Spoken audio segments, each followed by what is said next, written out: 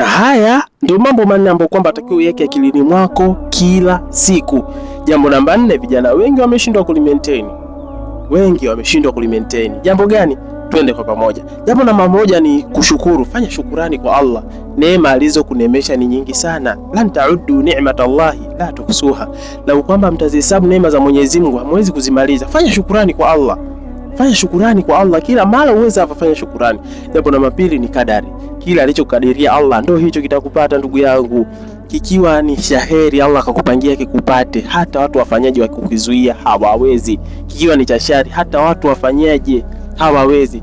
Alichokadara Allahu ma shaa faala. Alichokadaria Mwenyezi Mungu ndio anachokifanya. Jambo namba 3 ni subira. Fanya subira kwa kile kinachokukuta. Fasbira ala ma asabak. Subiri kwa kile linalokukuta. Allah yeye ndo kapanga kikukute, kitakukuta tu. Subiri, fanya subira. Na jambo la 4 ambalo vijana wengi wameshindwa kulimaintain ni tawakkul, kutegemea Allah katika kila jambo, kumtanguliza Allah katika kila jambo. Vijana wengi wameshindwa. Wakipatwa na heri wanashukuru, wanasema Mwenyezi Mungu katuletea hichi cha heri. Wakipatwa na shari wanasema fulani tokatia mkono wa fulani, baba mdogo hapendi mimi kuniona nafanya kazi. Tawakkul ala Allah, fanya tawakkal kwa Mwenyezi Mungu. Haya ndo mambo manne ambayo kwamba watakiwa kuweka akili yako kila siku. Wa ila liqa. Assalamu alaykum wa rahmatullahi wa barakatuh.